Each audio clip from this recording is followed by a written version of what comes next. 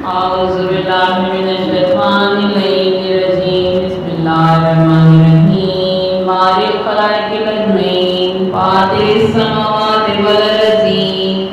والصلاة والسلام على أشرف الأولين والآخرين خاتم النبيين شفيع المذنبين أبي القاسم محمد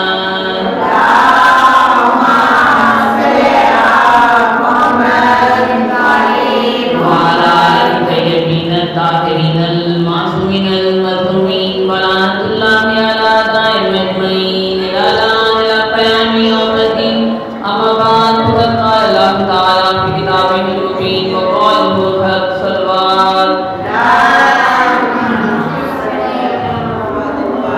بسم الله الرحمن الرحيم إنما يريد الله ليذهب عنكم الرجس أهل البيت ويطهركم تطهيرا صلوات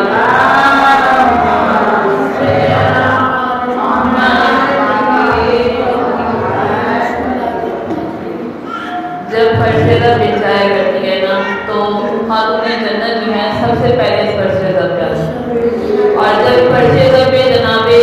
سیدہ آ جاتی ہے نا تو ہمارا ایمان ہے ہمارا عقیدہ ہے کہ ہمارے وقت کے امام زمانہ ضرور اس فرشتہ پہ جاتے ہیں تو بس امام کے استقبال کے لیے امام کی سلامتی کے لیے دعائے سلامتی امام میں زمانہ پڑھ کے ان کو جو ہے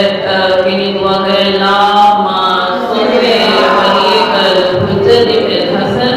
صلواتک علی بارہ فی حاضر الساعۃ وفی کل ساعۃ ولیا وحافظا وقائدا وناصرا ودلیلا وعینا حتی تسکنہ ارضک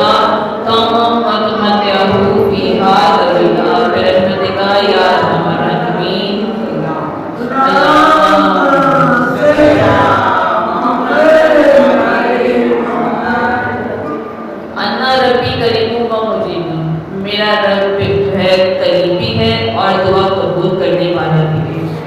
والحمدللہ الاولی والآخری وہ تمام تر تعریف اس پروردگار عالم کے لیے جو اول بھی ہے اور آخر بھی ہے تمام تر تعریف اس پروردگار عالم کے لیے جو اول بھی ہے اور آخر بھی ہے ولا ینسا من ذکرہ جو اس کا ذکر کرے اسے کبھی بھولتا نہیں ولا ینقص من شکرہ جو اس کا شکر ادا کرے اسے کبھی آنے نہیں دیتا ولا یقطع من رضا جو اس کو پکارے جو اس سے امید لگائے اس کی امید کو منقطع ہونے نہیں دیتا تو ہمارے متقیان علی بن ابی طالب نہج البلاغہ میں پروردگار عالم کی حمد و ثنا کرنے کے بعد بیان کرتے ہیں کہ پروردگار عالم وہ ہے جو کہ جس کو وہ ہدایت دے دے وہ کبھی گمراہ ہوتا نہیں اور جس کا وہ دشمن ہو جائے اس کو کبھی جو ہے کہیں پناہ مل نہیں سکتی اور کیا کہتے ہیں کہ وہ پروردگار عالم کے جس کے لیے وہ کافی ہو جائے وہ کسی کا محتاج رہتا ہے تو جہاں پر پروردگار عالم کا شکر ہے احسان ہے کہ پروردگار عالم نے ہمیں جو ہے بہت ساری نعمتیں ادا کی اور نعمتیں ادا کر کے ہمیں اشرف المخلوقات بنا کے دنیا میں بھیجا جہاں پر اشرف المخلوقات بنایا ہمیں اتنی نعمتیں عطا کی وہاں پر سب سے بڑی نعمت جسے ہم نعمت عظمیٰ کہتے ہیں وہ ہمیں عطا کی اور وہ کیا ہے ہمارے اور آپ کے دل میں موجود محبت محمد و آل محمد ہے ہمارے اور آپ کے قلب میں موجود محبت محمد و آل محمد ہے اہل بیت اطہار کی محبت ہے اور سب سے بڑی نعمت جس کو میں کہوں گی نعمت عظمیٰ جسے ہم کہتے ہیں وہ ہمارے اور آپ کے رگوں میں دوڑتی ہوئی ولایت علی بن ابی طالب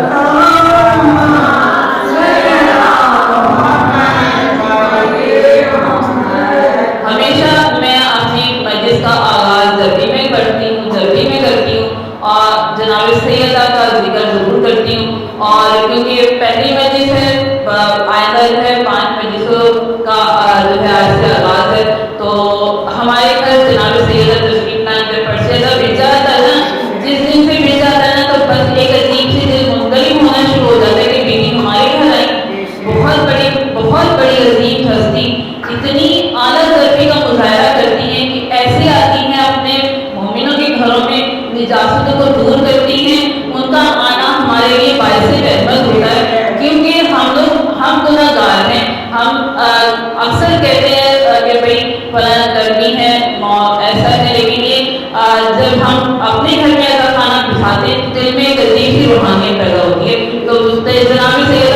وہی روایت جو میں ہمیشہ بیان کرتی ہوں، ہے تو مسائل کا حصہ، لیکن مجھے کیونکہ جناب سیدہ کا کہیں نہ کہیں سے ذکر لانا ہوتا ہے، کیونکہ ان کی ہی وجہ سے انہی کے بیٹے کی فرضیت ہے، انہی کو ہم پہلے یاد کرتے ہیں۔ تو روایت بیان کروں گی کہ جو ہے ایران میں ایک ضعیفہ رہتی تھی، کافی ضعیف تھی، لیکن ہمیشہ جو ہے جیسے ہی محرم کا چاند ہوتا ہوتا تو فرشے در بچھاتی تھی، جیسے ہی فرشے در بچھاتی تھی تو اب ہر سال بچھایا کرتی تھی، لیکن ایک سال ایسا ہوا کہ اسے فرشے در بچھانے کے لیے اور اہتمام کرنے کے لیے کوئی مددگار درکار نہیں ہوا، کیونکہ کافی ضعیف تھی تو ان سے ارینج کرنا اس کے لیے مشکل تھا۔ تو بہرحال ایک دفعہ جب چاند نمودار ہوا، جیسے ہی نمودار ہوا دل بڑا سا منطلق تھا، بے چین تھا کہ اس مرتبہ شاید کوئی جیسے ہی چاند نمودار ہوا تو اس نے روضہ حسین کی طرف رخ کر کے دونوں ہاتھ جوڑ کے کہا، بی بی مولا کیا ہوں میں اس دفعہ فرشتہ نہیں بچھا سکوں گی۔ ابھی اس نے اتنا کہا ہی تھا کہ تک الباب ہوا، اس کے جملے پورے نہیں ہوئے تھے کہ تک الباب ہوا اور دروازے پر ایک ضعیفہ ایک جو ہے برقع کو بی بی آئی کہتی ہے، کون؟ ضعیفہ کہتی کون؟ کہتی ہے تو میں نے سنا ہے کہ تم فرشتے در بچھاتی ہو حسین کے لیے، کہتی ہے ہاں کوئی مددگار درکار نہیں، تو میں پریشان ہوں، تو کہتی بس میں اسی کے لیے تمہارے لیے آئی ہوں، اسی کی وجہ سے تمہارے پاس آئی ہوں، تو فرشتے در بچھاتی ہوں۔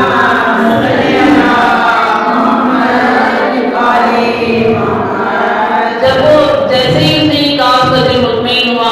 اب ایسا ہوا کہ روزانہ جو ہے وہ بیوی جو ہے مومنہ جو ہے وہ ضعیفہ کے ساتھ جو ہے مل کے روزانہ فرشتے در بچھاتی ہیں، کہ اہتمام کرتی ہیں، اس سے بڑھ کر جس طرح وہ کرتی ہے اس سے زیادہ آگے بڑھ کے کرتی ہیں، اور جب بیویاں آنا شروع ہو جاتی ہیں تو دروازے پہ کھڑی ہو کے بیوی کا انتظار کرتی ہے، کہ بیوی کا اہتمام استقبال کرتی ہے، اور پھر گریے کا یہ عالم ہوتا ہے، ایسا عالم ہوتا ہے کہ لوگ پریشان ہو جاتے ہیں کہ اس علاقے کی ہے نہیں، یہ کون مسئول ہے جو اتنا گریا کرتی ہے، عجیب ماحول ہوتا ہے۔ جب جانے لگتی ہے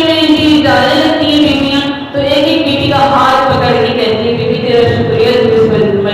حسین کو رونے آئی، تو اس پر زیادہ کرائی، اتنی اعلیٰ ضرب ہے میری بیوی کہ ابھی بھی اپنے حسین کو رونے کے لیے یہاں پر موجود ہوتی ہے، اور مجھے بہت تکلیف ہوتی ہے کہ ہم اپنے بیوی کو استقبال ہم کریں اور بیوی آئیں اور یہ ایسے ہی سب بیٹھی رہیں اور ہم انتظار کرتے رہیں، اسی لیے ہمیں اپنی مرضی سے اللہ میں ہمیشہ جو ہے اس کی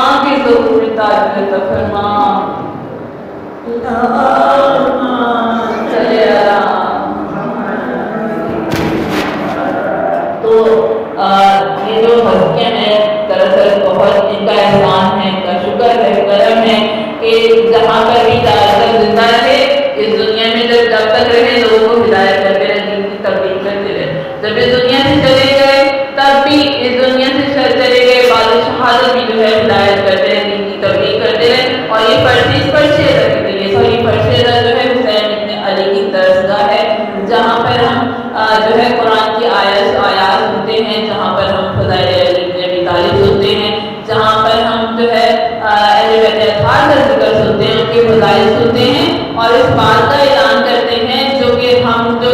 رسول اس بات کی سچائی کا اعلان کرتے ہیں جو کہ رسول خدا پیغمبر اسلام نے جو کہا تھا. کیا کہا تھا اپنے مرتبہ رسالت ماب نے کہا تھا کہ میں تمہارے درمیان دو چیزیں چھوڑے جا رہا ہوں, ایک جو ہے قرآن مجید اور دوسرا جو ہے اہل بیت اطہار. تو ان دونوں سے متمسک ہو جاؤ. میرے پاس یہاں تک کہ میرے پاس حوض کوثر پر جو ہے پہنچ جاؤ گے. یہ کیا ہے؟ حدیث ہے رسول خدا کی, اور یہ حدیث بلکہ حدیث نہیں, حدیث ثقلین ہے, ثقلین ہے کیا. اور جناب اس رسول خدا کی اس بات کا اعلان جو ہے حسین ابن ابی طالب نے جو ہے نوکے نیزہ پر اپنے کٹے ہوئے سر کے ساتھ جو ہے قرآن کی تلاوت کرتے ہوئے بتایا کہ قرآن سے جو ہے ہم اگر ہمارا سر کٹ بھی جائے, ہمارا سر جو ہے نوکے نیزہ پر بلند بھی ہو جائے, تو اب بھی ہم جو ہے قرآن سے جدا نہیں ہوتے. ہمارا جو ہے ہم تب بھی قرآن کی تلاوت کرتے ہیں. یہ جو ہے موضوع ہے حسین ابن ابی طالب کا. تو جو ہم جہاں پر بھی مجلس میں جاتے ہیں, مجلس سے ادب میں جاتے ہیں, جہاں پر وہاں پر آیت قرآن کی تلاوت کرتے ہیں, سنتے ہیں, اور ہم جو ہے ہمارے اندر ہمیں تھوڑا نیا جو ہے اچھی جو ہے ہمیں آیتیں سننے میں. تو آج اس مجلس میں بھی میں جو ہے جس کا عنوان میں جو ہے تو آج اس مجلس کا عنوان بھی جو ہے نعمات الہی کے عنوان سے میں مجلس پڑھی ہوں. نعمات یعنی کہ نعمتیں جو نعمتوں کی جمع ہوتی ہے, تو نعمات الہی یعنی اللہ کی نعمتیں. تو کیونکہ میں سورہ رحمان پر گفتگو کروں گی. سورہ رحمان وہ سورہ ہے جس میں پروردگار عالم نے 31 مرتبہ جو ہے 31 مرتبہ جو ہے ایک ہی جملے کو دہرایا ہے, فابی آئی رائے ربی کو مان تو قدرمان, کہ میں تم ہمارے کن باتوں کا انکار کرو گے, کن نعمتوں کا انکار کرو گے. اور پروردگار نعمتیں گنواتا جا رہا ہے سورہ رحمان میں, اور جو ہے ذکر کرتا جا رہا ہے, کہتا جا رہا ہے کہ تم میرے کن نعمتوں کا انکار کرو گے. تو آج جو ہے امام حسین کے صدقے سے میں جو ہے سورہ رحمان پہ تھوڑی سی گفتگو روشنی کر ڈالوں گی. تو شروع کروں گی بسم اللہ الرحمن الرحیم سے. تو وہ پڑھیے گا.